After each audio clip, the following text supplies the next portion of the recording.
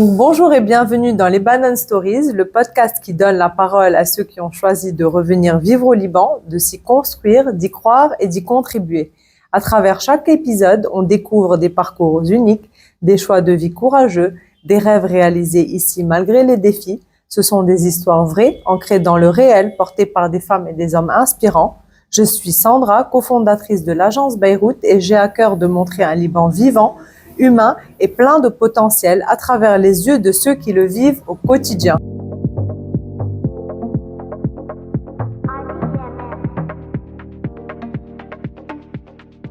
Aujourd'hui, je reçois un invité très spécial qui est mon partenaire de vie. Donc, dans cet épisode, Imad nous raconte son incroyable parcours d'entrepreneur, de ses années en Afrique dans le développement de projets, à sa nouvelle vie au Liban à travers sa société d'investissement Unity Capital, comment bâtir des projets durables dans un pays en crise, quelles sont les vraies opportunités pour ceux qui osent, un témoignage inspirant sur la vision, l'audace et la résilience. Imad, bonjour. Je suis très heureuse de t'accueillir chez nous, ouais, c'est un plaisir. De prendre un petit moment pour un peu partager sur ta vision, sur ce que tu es en train de mettre en place en ce moment et les idées que tu as pour les prochaines années. Okay. Et surtout, on aimerait vraiment que tu nous partages ta vie en tant qu'entrepreneur, businessman au Liban et de nous parler de tes projets actuels. Ok. Donc, pour ceux qui ne te connaissent pas encore, peux-tu te présenter en quelques mots? Ok, alors moi c'est Imad Ouazni, je suis né au Sénégal, je rentre dans mes 48 ans. Je suis marié à ma charmante et tendre épouse qui est juste en face de moi là aujourd'hui. Et nous avons 3 magnifiques enfants. Voilà, donc je suis aujourd'hui installé au Liban depuis 2018 et je suis, on va dire, entrepreneur, investisseur, passionné par le développement personnel. Et surtout drivé par une impulsion qui a apporté un vrai impact autour de moi, auprès de ma communauté et aujourd'hui surtout pour le Liban. Effectivement, Imad, tu as passé de nombreuses années donc en Afrique, au Sénégal, où tu as lancé plusieurs projets entrepreneuriaux. Peux-tu nous raconter les débuts et quelles étaient tes activités principales? Alors, il faut savoir que moi, je suis un entrepreneur depuis l'âge de 25 ans lorsque j'ai quitté un grand groupe français qui était installé en Afrique, donc au Sénégal, dans l'agro-business. J'ai beaucoup appris avec ce groupe-là, mais j'ai senti l'envie de voler de mes propres ailes. Il faut savoir que moi, bon, je suis orphelin de père. Donc, j'ai perdu mon père lorsque j'étais très jeune. Donc, je me suis forgé un caractère et une carapace aussi, assez rapidement. Mais cette envie d'entreprendre vient de ce fait-là de vouloir chercher ma propre mission et aller au bout de mes idées, parce que bon, j'ai la tête qui pullule souvent d'idées, ceux qui me connaissent le savent. Et j'ai décidé un jour de réaliser mes rêves, réaliser mes projets. J'étais hanté par des idées et c'était frustrant de ne pas tester, d'essayer de réaliser ces idées-là qui trottaient dans la tête. Donc, le jour où j'ai décidé donc de démissionner, ça a été un des plus beaux jours de ma vie.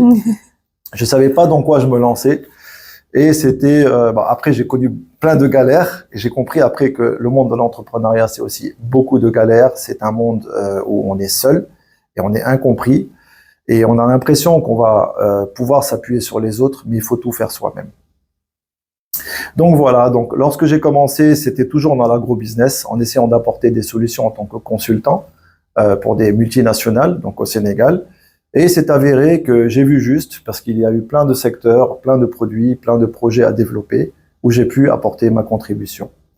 Quelques années plus tard, je me suis malheureusement retrouvé face à moi-même et donc aux difficultés de l'entrepreneuriat, qui est comment lever des fonds, comment trouver des partenaires, comment affronter la concurrence, etc. Donc j'ai tout le temps, sans cesse, essayé de me former, d'essayer de comprendre comment le monde de l'entreprise fonctionne. Et ça s'apprend pas à l'école. Et toujours en train de suivre mes nouvelles idées, sans cesse. Donc je suis passé donc de développeur de projets agricoles. Donc j'étais un peu un valorisateur, c'est-à-dire que là où je pouvais apporter de la valeur, là où mes idées arrivaient, c'était toujours comment apporter de la valeur, comment trouver les solutions à certains problèmes dans le secteur dans lequel j'étais engagé. Et généralement, j'étais souvent un des seuls ou un des premiers à avancer dans cette direction-là. Après, l'environnement des affaires en Afrique, c'est pas le même qu'on va avoir ailleurs, et je vais le découvrir après. C'est une des raisons aussi pour laquelle j'ai quitté l'Afrique quelques années plus tard.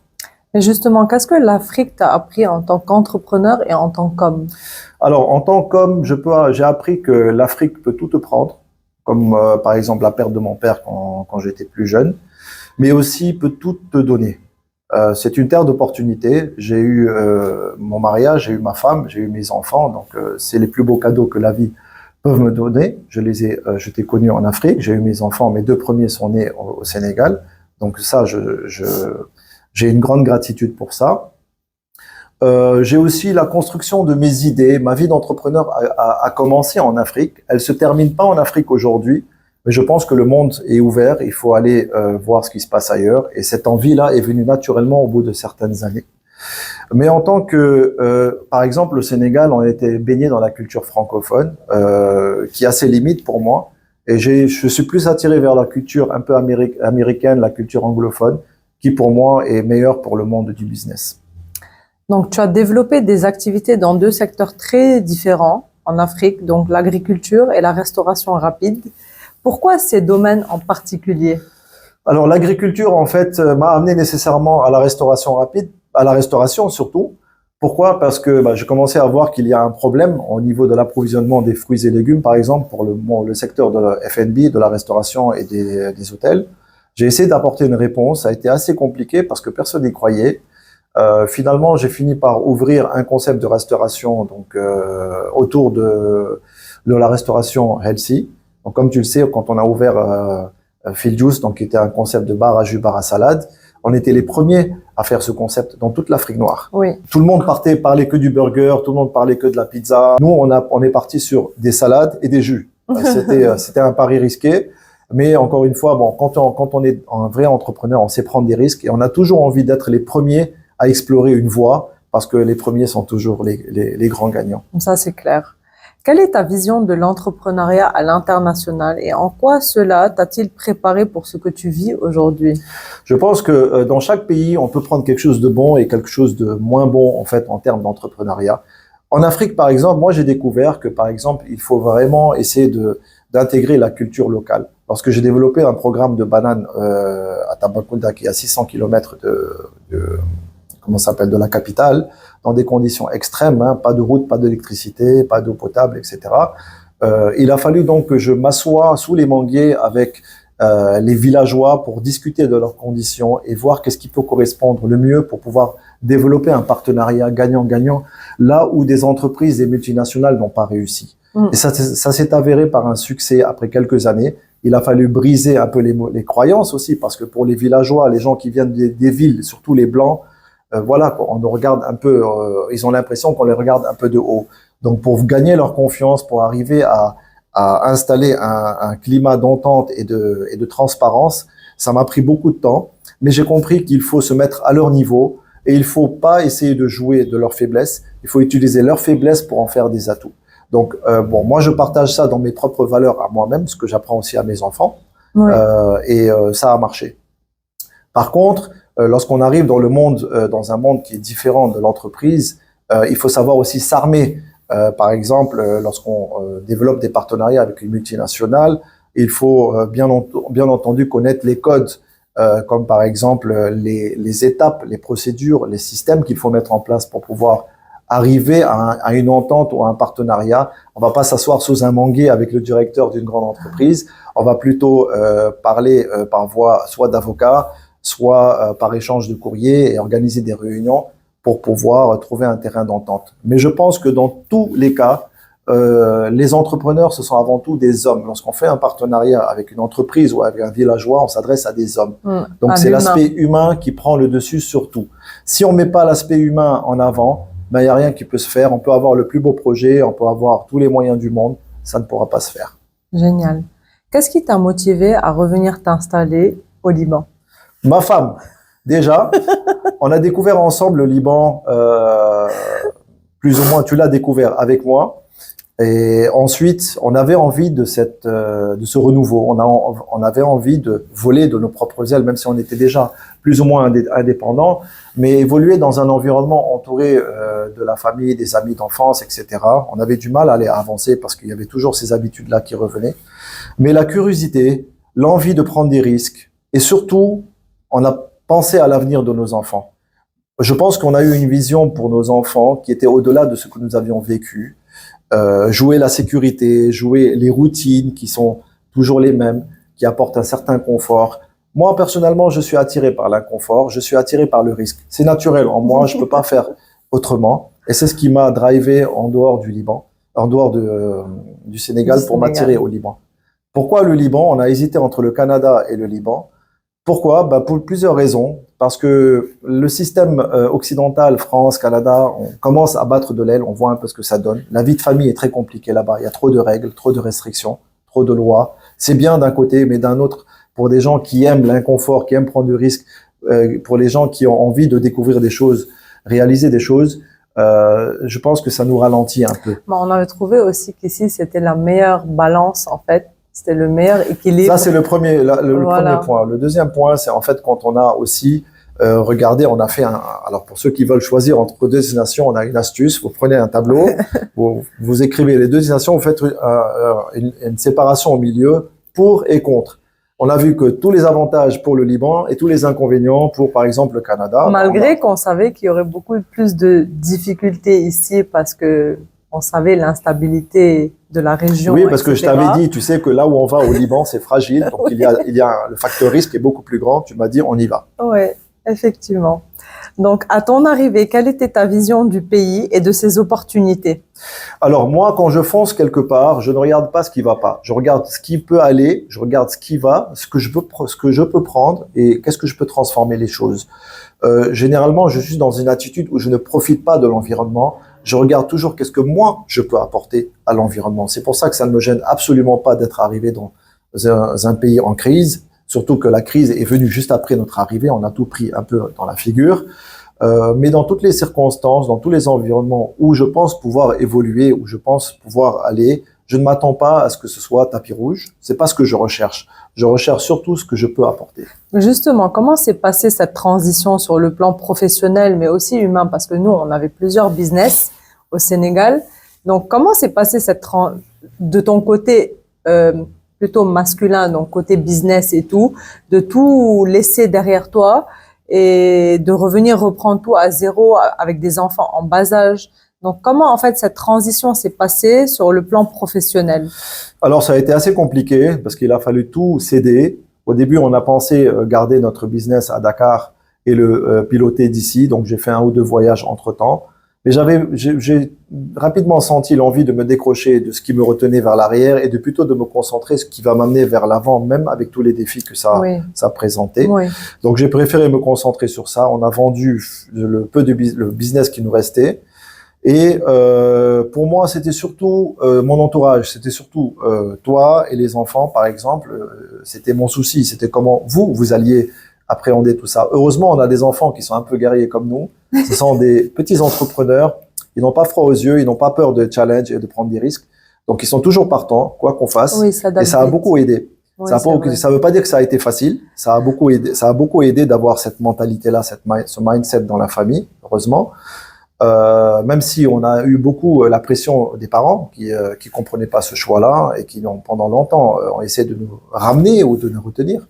Heureusement, on a cru en nous, on a toujours avancé malgré tout. Ça a été dur, il y a eu des pleurs, il y a eu des rires, il y a eu des débats, des disputes, comme dans tous les couples. Il y a eu des petits moments de doute, mais on n'a jamais vraiment laissé le doute s'installer. Oui. Parce qu'aujourd'hui, on ne réalise que les choses sur lesquelles on y croit vraiment. Voilà. C'est sûr. Peux-tu nous présenter Unity Capital et la mission que tu portes avec cette nouvelle société que tu es en train de mettre en place? Alors moi, quand on a lancé ici l'agence Beyrouth au début, c'était pour apporter encore des solutions et des services.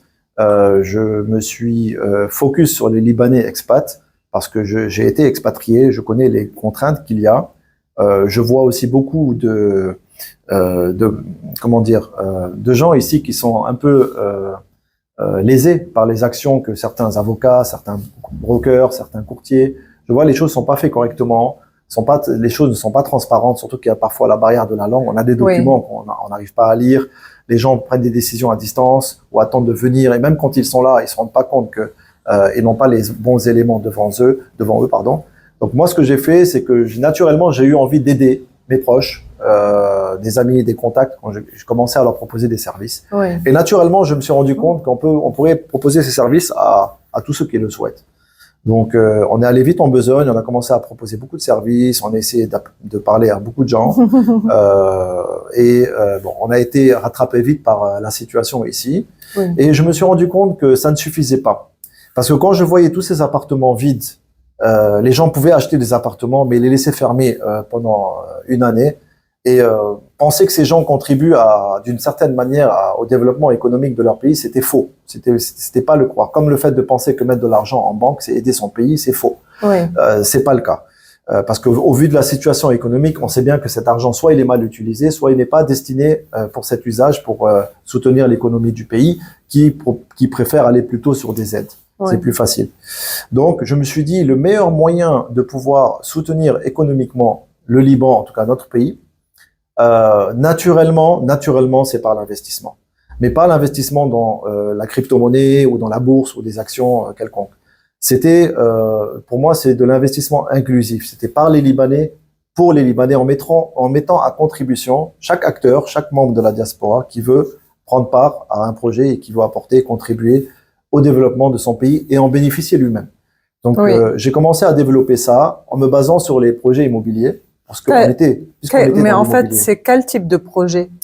Alors, c'est des projets surtout immobiliers, mais il y a 4 secteurs principaux. D'accord. On va commencer par l'immobilier, parce que l'immobilier, c'est l'investissement le plus sûr d'aujourd'hui, parce que c'est du dur, hein, c'est ce qui permet de rassurer les investisseurs, et ça ne perd pas de valeur, ça ne prend toujours que de la valeur.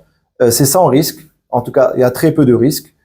Et les gens s'intéressent à l'immobilier. Okay, oui. C'est la structure même d'une économie, c'est l'immobilier. C'est à partir de ce moment-là qu'on va attirer les touristes ou les entreprises qui vont occuper, ou ces résidents qui vont occuper ces lieux. Ensuite, il y a des secteurs comme l'énergie, la communication et les infrastructures. Il faut savoir que les investissements dans lesquels nous, on veut s'impliquer, c'est des secteurs où il y a beaucoup à faire. Il faut regarder tout simplement là où il y a beaucoup à faire. Encore une fois, qu'est-ce qu'on peut apporter comme valeur? Je ne vais pas aller chercher des projets qui fonctionnent ou des secteurs qui fonctionnent déjà, qui ont déjà des ressources financières. On va rien y apporter. Même s'il y a de bonnes rentabilités, mais je pense que les rentabilités et les profits sont beaucoup mieux quand on prend quelque chose qui demande à être développé, à être exploité. Parce que grâce à l'exploitation, au cours de certaines années, le retour est beaucoup plus intéressant. C'est quelque chose qui grandit. Dont on contribue par les investissements et on grandit tous ensemble. D'accord. Tu as toujours fonctionné avec une vision à long terme. D'où vient cette force de projection? Alors, c'est encore naturel. Cette vision à long terme, pour moi, est la garantie de pouvoir atteindre ses objectifs. Parce que tout ce qui est à court terme est fragile. Donc, pour moi, le long terme, ça permet de se challenger, d'apporter toutes les ressources nécessaires et de définir ses objectifs, ou en tout cas ce projet-là, sur des bases solides. Pour pouvoir arriver sur du long terme, il faut avoir des bases solides. Donc, ça t'oblige à aller trouver toutes les ressources nécessaires pour bâtir ces bases solides, pour ensuite voir loin, commencer doucement, aller prudemment, mais voir loin. En quoi cette vision t'aide-t-elle à traverser les périodes de doute ou d'instabilité? Cette vision m'aide par rapport au challenge et à ma mission qui est naturellement arrivé, en fait. C'est le fait de pouvoir contribuer d'une certaine manière, de près ou de loin, à ma communauté et à mon pays, à ma nation. Et à travailler pour un avenir prospère. Justement, comment vois-tu l'avenir économique du pays dans les prochaines années? Alors moi, comme je l'ai déjà dit, pour moi, je suis très optimiste. C'est vrai qu'on a connu des moments difficiles, mais tout passe. Et je pense qu'à partir du moment où on a vraiment connu le plus bas, il ne reste plus qu'à bâtir le meilleur. Et ça ne dépend que de nous. Donc aujourd'hui, comment je vois l'avenir? Je vois l'avenir dans le sens où c'est nous qui allons le bâtir. Et si c'est nous qui le bâtissons ensemble, grâce par exemple à ces solutions d'investissement qui vont toucher des secteurs clés de l'économie, pour moi l'avenir sera prospère, mais ça ne dépend que de nous et des choix qu'on va faire aujourd'hui. C'est pour ça que je mets à contribution les Libanais de la diaspora, parce qu'il faut savoir qu'on est à peu près 15 millions. Donc, c'est 3-4 fois plus que les nationaux. Donc, ça se joue avec la diaspora, que j'encourage à venir investir et contribuer d'une manière ou d'une autre au développement économique du Liban. Pour qu'on puisse, nous aussi, en bénéficier, c'est-à-dire que tout le monde va en bénéficier, et pouvoir le transmettre aux générations futures. Parce qu'il faut penser aussi au lendemain. Bien sûr. Aujourd'hui, peut-être que pour nous, c'est peut-être trop tard, mais c'est à nous d'initier cette voie-là pour les transmettre à nos enfants demain. Sinon, qui c'est qui va le faire? Oui, très certainement. Quelles sont, selon toi, les opportunités d'investissement les plus prometteuses au Liban aujourd'hui? Alors, il y a des secteurs qu'on connaît qui fonctionnent bien, mais où il y a encore beaucoup à faire, qui est le tourisme. Hein, ça, on le sait, encore une fois, parce que nous, on invite les Libanais à venir vivre, investir, visiter, séjourner au Liban. Donc, de quelque manière que ce soit, le secteur du tourisme et de l'immobilier résidentiel et touristique, c'est la clé. Donc, c'est le début de tout, mais pas que. Il y a aussi, encore une fois, comme je l'ai dit tout à l'heure, le secteur de l'énergie et des infrastructures. Il faut savoir qu'ici, qu'il y a beaucoup et tout à faire, grâce à des partenariats, ce qu'on appelle PPP, des partenariats publics et privés, pas seulement privés, où on peut apporter de vraies solutions de financement des projets qui vont permettre, en tout cas, soutenir le développement économique dans différents secteurs. Quel type de projet? Des projets, par exemple, de transport urbain, moderne, écologique, et aussi, par exemple, j'ai pas parlé encore de projets agricoles. Il faut savoir que le Liban est un formidable atout en termes de production agricole. Alors, tout le monde sait que la terre au Liban est très fertile, mais moi, je vais parler simplement d'un produit dont j'ai beaucoup d'expérience et qui a de très grosses opportunités, un très gros potentiel de développement. C'est, par exemple, la banane. La banane est un des fruits les plus consommés au monde. Et aujourd'hui, le Liban est un des seuls pays dans tout le Moyen-Orient à avoir la capacité de produire et d'exporter ce produit-là pour tous les marchés qui nous entourent. J'en dirai plus tard. Quel conseil donnerais-tu à un Libanais de la diaspora qui voudrait investir ou entreprendre ici?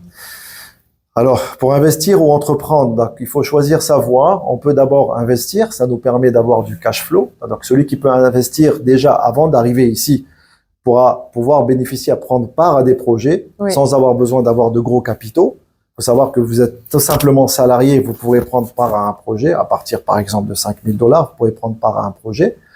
Et une fois que ça nous permet d'avoir un pas ici, d'avoir un peu un retour sur les investissements ici avant de pouvoir s'engager en tant qu'entrepreneur. Il faut savoir que d'un autre côté, le Liban, c'est pour moi un pays d'entrepreneurs.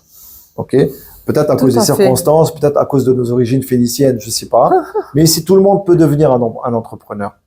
Donc, peu importe le domaine de compétences, peu importe dans quoi on veut évoluer, je pense qu'il faut venir, essayer. Ça a été déjà dit, c'est facile d'entreprendre. Le marché est très responsive, ça veut dire le marché répond rapidement si votre offre ou si votre produit est bon ou pas bon, vous allez le savoir tout de suite.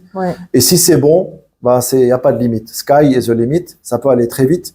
Les ressources financières, les partenaires, le marché même, parce que le marché au Liban ne s'arrête pas qu'au Liban.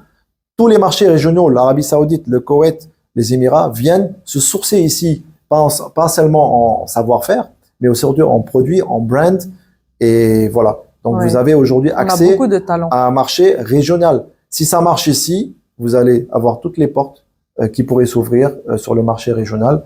Et ça, c'est génial. Mais il faut être un battant, il faut être un vrai entrepreneur, il faut être sérieux. Quel est le positionnement de Unity Capital? Vous accompagnez, vous co-développez, vous financez. Est-ce que tu peux nous donner un exemple déjà? Alors, Unity Capital, en fait, nous, on joue le rôle de sponsor. C'est quoi un sponsor? Un sponsor, nous allons identifier un secteur, identifier un projet.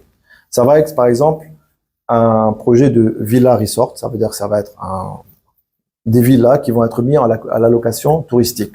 Il faut savoir qu'il y a cette demande ici qui est énorme. Donc, on va déjà trouver des marchés ou des produits et services où il y a une demande.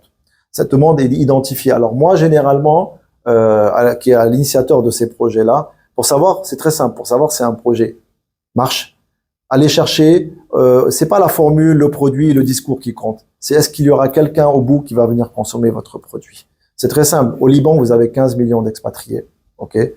Si 10% veulent venir en vacances chez eux, rêvent de venir chez eux tous les ans, ben vous avez un potentiel de 1,5 million de touristes par an.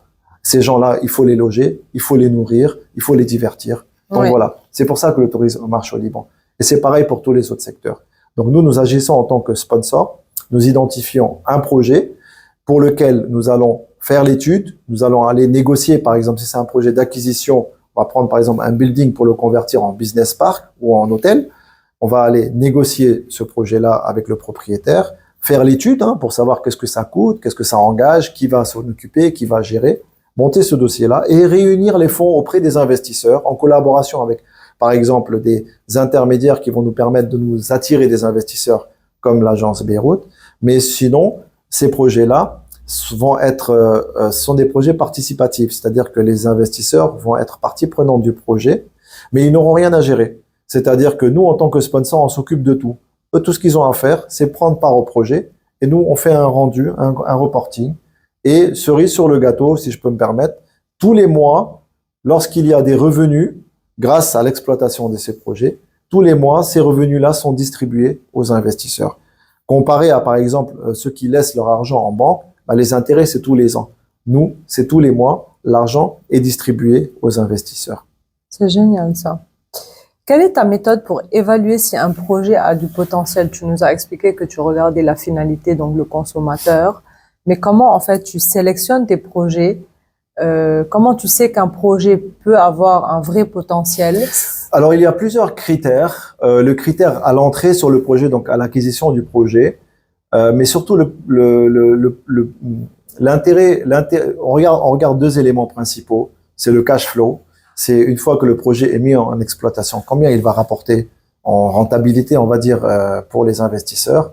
Mais surtout, ce qui est plus important encore, et ça peut-être beaucoup ne le savent pas, c'est quel multiple capital à la sortie du projet l'investisseur peut avoir. Je m'explique. Si vous investissez 100 000 dans ce projet-là, ce projet vous rapporte 100 000 $ pardon sur un projet, et ce projet vous rapporte 10 000 $ de cash flow par an. Ok, ça fait 10%. Ok, mais ce qui est important surtout, c'est au bout de 3 ans, 5 ans ou 7 ans qui sont les délais d'investissement que nous accordons, au moment où l'investisseur veut sortir du capital, il va sortir avec 2, 3, 4, parfois même 5 fois la valeur de son capital, grâce justement, et ça c'est notre astuce en fait, à notre système donc de sortie de capital, au moment où on va revendre les parts de l'investisseur qui souhaite sortir de cette. Donc ce qui est important, c'est pas combien tu gagnes, c'est combien tu as à la sortie du capital, et ça permet à un investisseur de pouvoir multiplier son capital par, selon le projet, minimum 2, après ça peut aller jusqu'à 5, 6, peut-être même plus, selon le secteur et selon le projet. Mais dans l'immobilier, c'est entre 2 et 4. D'accord. Quel est le mindset à adopter pour ne pas subir les circonstances, mais en faire une force? Alors moi je dirais tout simplement Tenex, c'est tout. C'est ce que je mets, c'est mon motto en fait, dream big, rêver grand, oser rêver grand. Dès qu'on se sent limité, il faut se remettre en question, c'est qu'on n'a pas vu les choses assez en grand. À partir du moment où vous voyez les choses en grand, vous vous rendez compte que vous n'avez pas fourni assez d'efforts pour avoir les résultats escomptés.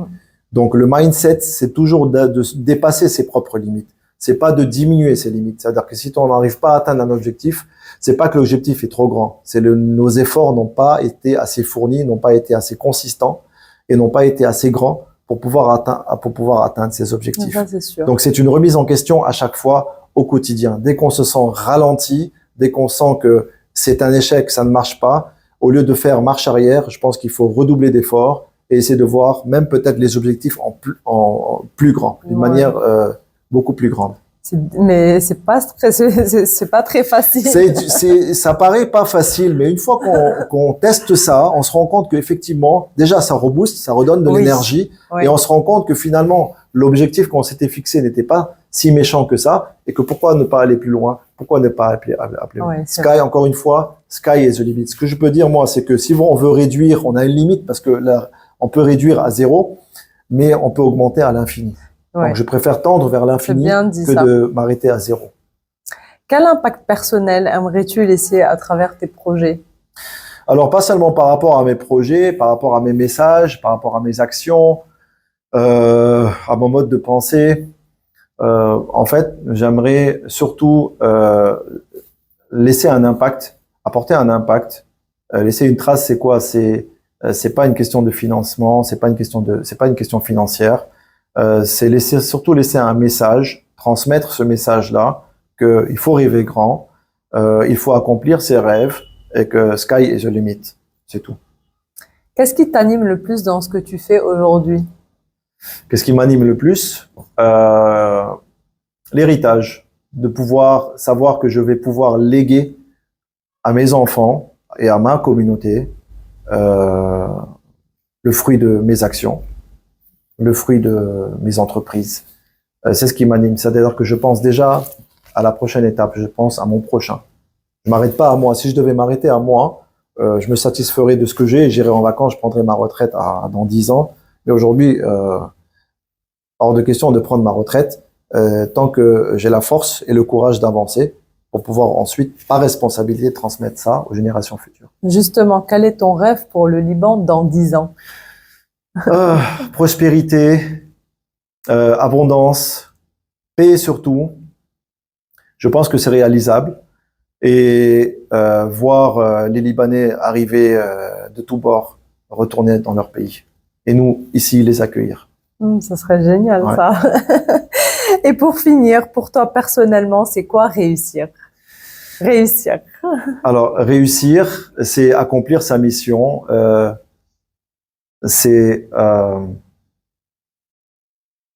On dit généralement, tu réussis, c'est quand tu vas au travail et que tu n'as pas l'impression de travailler. Mais je pense que réussir, ça va au-delà de ça. Réussir, c'est quand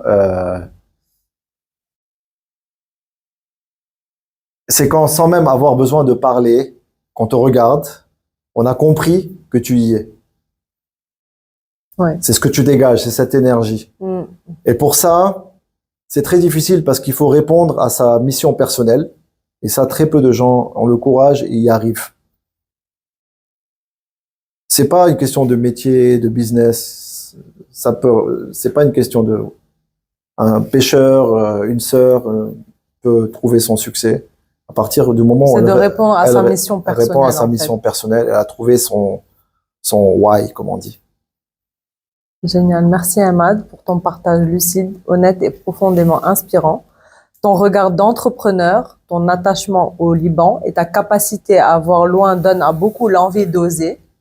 Et à tous ceux qui écoutent, que ce témoignage vous rappelle qu'on peut encore construire ici avec sens et ambition. Donc, merci d'avoir écouté Lebanon Stories. Chaque parcours est une preuve que malgré tout, le Liban reste une belle promesse. Et si cet épisode vous a touché, partagez-le autour de vous et à très vite pour une nouvelle histoire.